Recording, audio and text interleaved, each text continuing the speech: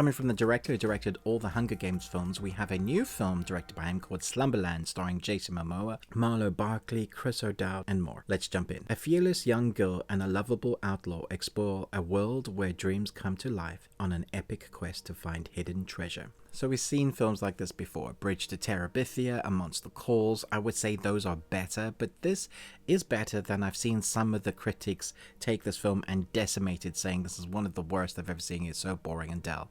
Now, I didn't find that, but I did find it a bit slow in places, and I wanted more heart from it when it starts using the theme that I think is the best thing about this film, and that's the grief, the loss of someone, how they're dealing with that. When it starts getting into it, that is when it really works. The relationship moments between daughter and uncle, when we see moments like that on screen, it's working really well. And the other moments I think that work well is with Jason Momoa having this new character as kind of one of his first comedy portrayals, and I really liked how he handled it. He's quirky, he's funny, he has these quirks and mannerisms that really work for him, the way he moves or holds his body, the over theatricalness of his character, the way he looks, the way he scratches his belly button. All of that worked really well.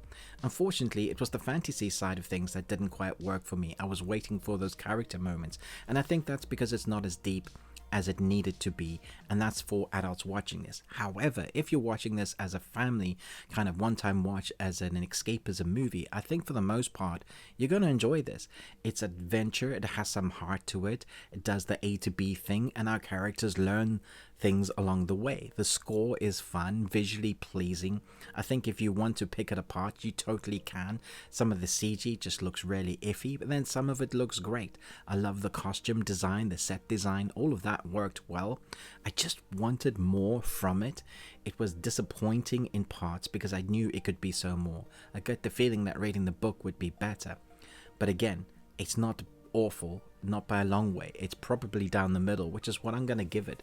A short, sharp, sweet review, just kind of flagging it up if you were wondering if this is the worst thing you've ever seen and some of the critics are giving it like terrible scores. I don't think it is as bad as they're saying.